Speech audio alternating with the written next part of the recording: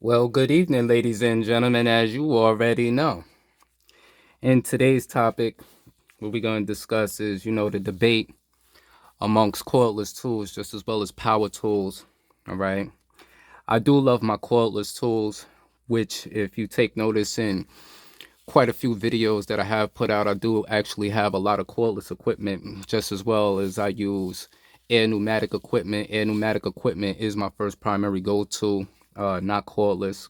All right. So, what we're taking a look at here is your normal standard 3/8 stubby impact by Milwaukee with an M12 red lithium XC 6.0 battery. All right.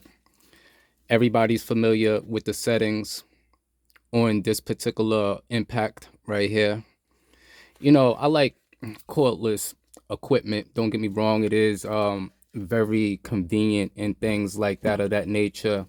But for some reason, you still can't pry my pneumatic air tools for my hands.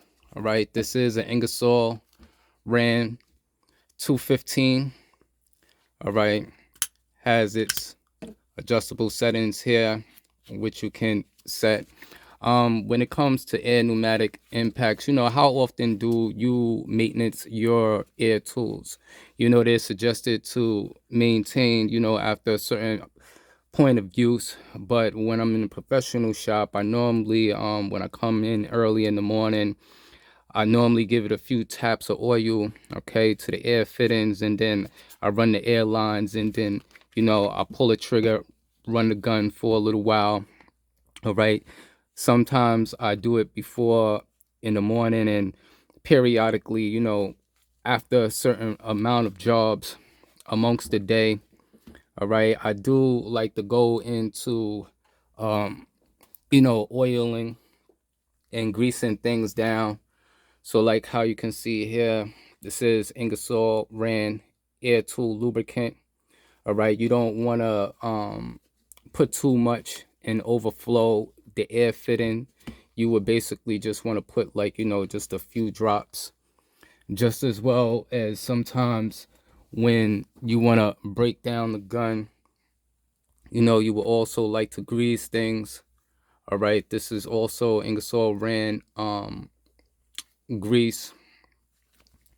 There's videos out there on YouTube to break down and dismantle, some of the particular guns, because there are all sorts of different makes and models. No matter whether it's an Ingersoll or just about any other brand, when it comes to air pneumatic impact tools, when it comes to cordless, you don't technically have to worry about that. All right. What I do like to do is I do like to keep, some extra air fittings and stuff like that around, after a while of having your tools out in certain conditions, depending upon where you may work at, and how the climate is, whether it's in shop, whether you're a DIY, or whether depending upon where you mainly more store your equipment and things like that. All right.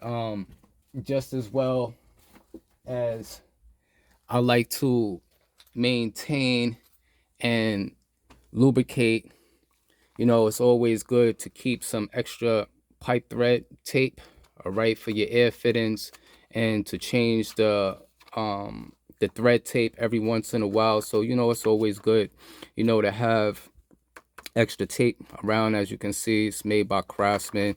It ain't no special brand of pipe threading tape that you basically need. You just need, something simple, something light when called upon. All right. But when it comes to air pneumatic air tools, this is still my primary go-to. I do have 2 3/8 just as well as my 1/2 inch drive. Once again, I have cordless equipment in all drive sizes, but when I'm reaching first for my pneumatic impacts air tools. And depending upon where I'm working at, once again, the cordless equipment, it is convenient, but after a certain amount of uses, whether, when you're working very sporadically all day long if you don't have enough supply and source, to push the tool to get you through your job from beginning to end. I always suggest that, you do have a pneumatic air gun. Okay. When you first starting off, I suggest that you get a 1/2 inch drive, all right, first.